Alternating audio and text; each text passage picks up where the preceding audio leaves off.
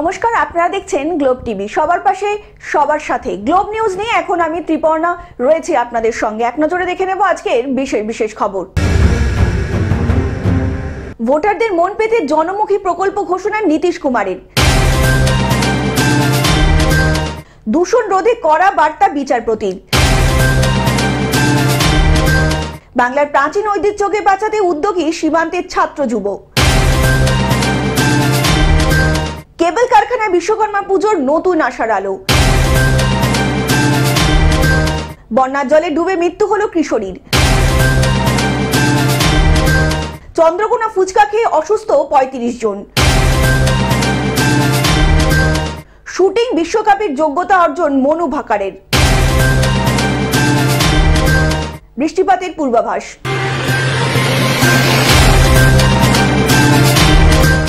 আছি বিস্তারিত খবরে।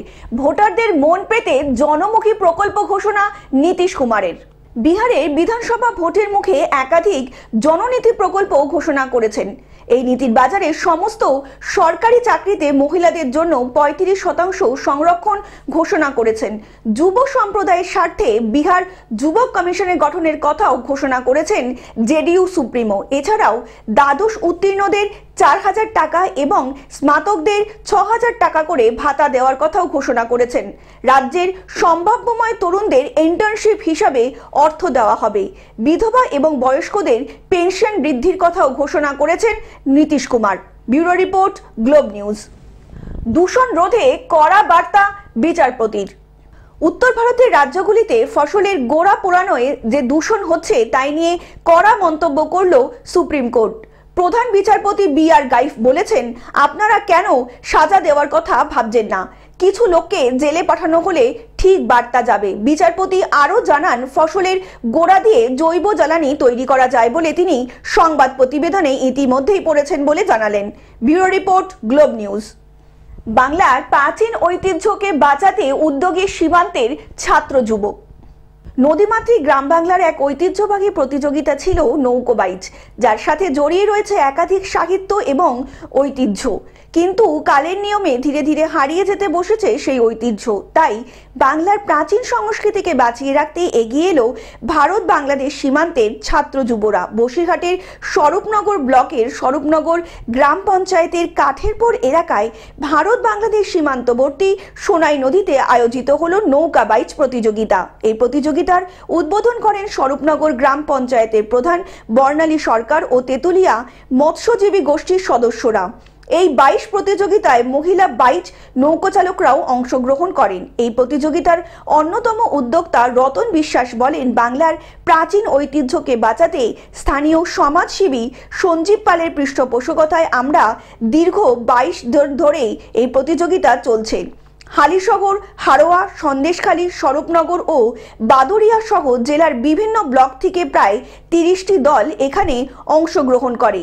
যে প্রতিযোগিতা দেখতে ভিড় জমান বসিরহাটের বিস্তীর্ণ এলাকা থেকে আগত ২০ থেকে ২৫,০০০ মানুষ, যার ফলে এটা একটি মেলার পরিবেশ ও রীতিমতো সৃষ্টি হয়েছে।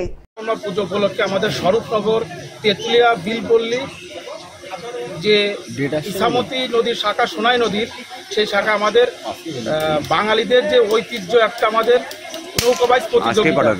আমাদের আমরা ছোট থেকে দেখেছি আমাদের এলাকায় নৌকাবাইচ হয়েছে, কিন্তু দীর্ঘদিন যাবৎ আমাদের এলাকায় কোনো নৌকাবাইচ নেই। এটা বাঙালিদের একটা পুরনো ঐতিহ্য খেলা।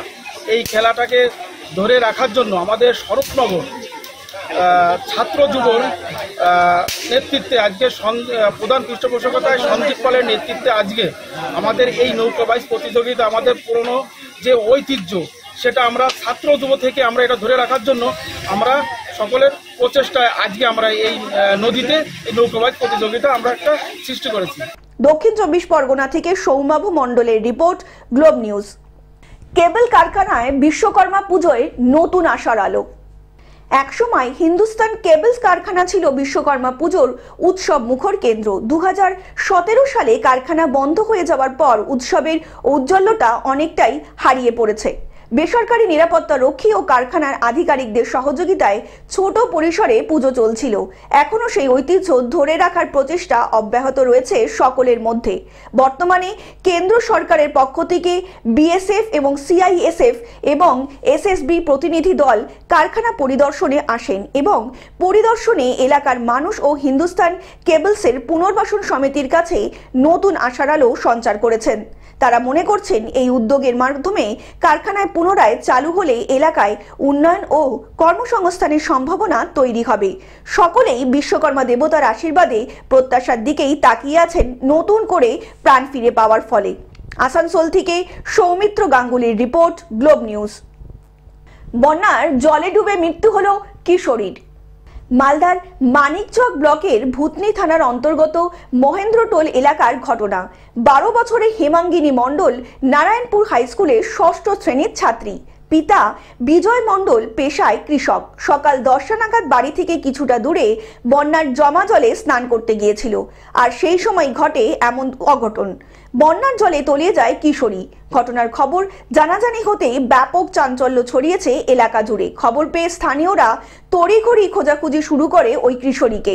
ঘণ্টাখানেক খোঁজাখুঁজির পর স্থানীয়রা ওই ছাত্রীর মৃতদেহ উদ্ধার করে বন্যার জমা জল থেকে।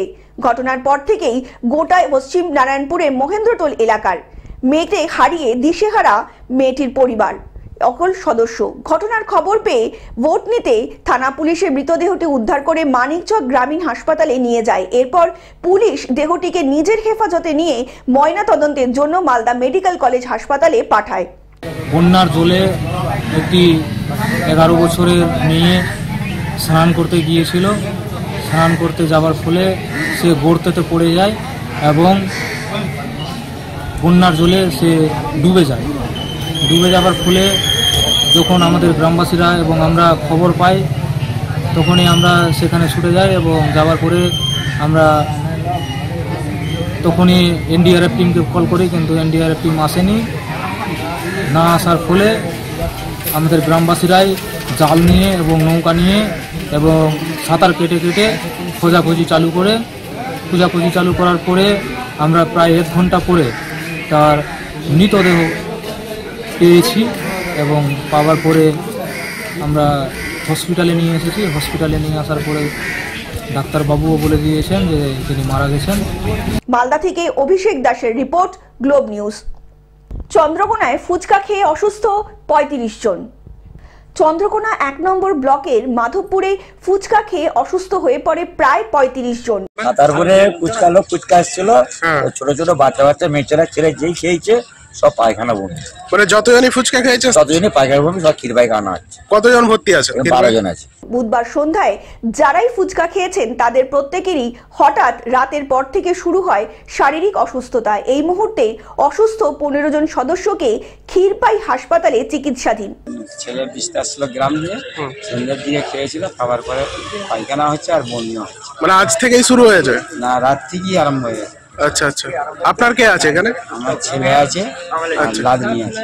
বাকিদের গ্রামীণ চিকিৎসালয়ের আওতায় চিকিৎসা চলছে বলে জানা গিয়েছে। সন্ধ্যাবেলা ফুচকা নিয়ে এসেছিল, সেনাগুলি এখন ফুচকা খায়। ফুচকা খাওয়ার পরই এই ঘটনাটি ঘটে। পায়খানা, বমি, জ্বর। মানে যতজন খেয়েছিল যতজন খেয়েছে ততজনেরই হয়েছে, ততজনই হাসপাতালে ভর্তি। কতজন আছে এখানে ভর্তি? এখানে ম্যাক্সিমাম 14-15 জন আছে। আপনার কে আছে? আমার ছেলে আছে, আমার 2টো ছেলে আছে।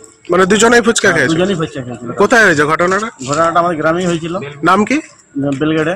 চিকিৎসাধীন ব্যক্তিদের বাড়ির লোকজনদের বক্তব্য, যারা যারা বুধবার ফুচকা খেয়েছে গ্রামে শুধু তারাই অসুস্থ হয়ে পড়েছে এবং ওই ফুচকা বা জলের মধ্যে বিষাক্ত কিছু ছিল, যার কারণে গোটা ঘটনাটি ঘটেছে বলে অনুমান করছেন বাড়ির অন্যান্য সদস্যরা। ঠিক বিকেলের দিকে, সন্ধ্যের দিকে যখন হচ্ছে ফুচকাওয়ালাটা সব ফুচকা কিনছে একের পর এক, তখন খাচ্ছে সব, কেউ কোনো কিছু বুঝতে পারেনি। তারপর রাত্রি 2টোর পর থেকে সবারই এবারে পায়খানা আর বমি শুরু হয়ে গেছে। রাতটা যতটিও কেটেছে, সকাল থেকে আর কেউ উঠতেই পারেনি। তারপরে সব এখানে একের পর এক হাসপাতাল, কেউ এখানে ওখানে করছে। তারপর এখান থেকে আশাকর্মীরা গেল ক্ষীরপাই থেকে, যে খবর পেয়ে দিয়ে সব একবারে হাসপাতাল, কমসে কম 50-150 জন সব ফুচকা খেয়ে। পশ্চিম মেদিনীপুর থেকে কল্যাণ মণ্ডলের রিপোর্ট, গ্লোব নিউজ।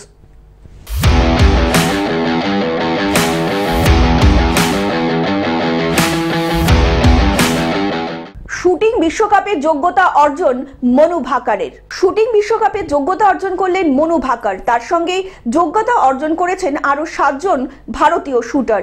ডিসেম্বর 4 থেকে ডিসেম্বর 9 পর্যন্ত কাতারের দোহায় চলবে এই শুটিং বিশ্বকাপ। Bureau report, globe news.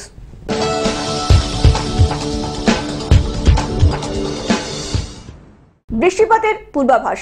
আবহাওয়া দপ্তর জানাচ্ছে বঙ্গোপসাগরে তৈরি হয়েছে একটি ঘূর্ণাবর্ত, যার জেরে প্রচুর পরিমাণে জলীয় বাষ্প ঢুকছে রাজ্যে। এর ফলে মাঝারি থেকে ভারী বৃষ্টি চলছে জেলায় জেলায়। বৃহস্পতিবার দক্ষিণবঙ্গের অধিকাংশ জেলাতে বৃষ্টির সম্ভাবনা রয়েছে। পাশাপাশি 30 থেকে 40 কিলোমিটার বেগে দমকা ঝোড়ো হাওয়া বইতে পারে বলে জানিয়েছে আলিপুর আবহাওয়া দপ্তর।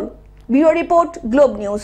টেলিভিশন ছাড়াও গ্লোব টিভি এখন সমস্ত সমাজ মাধ্যমে উপলব্ধ। বিস্তারিত জানতে ফোন করুন আমাদের টোল ফ্রি নাম্বার 180089197444 এ অথবা লগ ইন করুন www.globtvindia.com এ। গ্লোব নিউজ এখন এ পর্যন্তই। দেখতে থাকুন গ্লোব টিভি, সবার পাশে সবার সাথে। নমস্কার।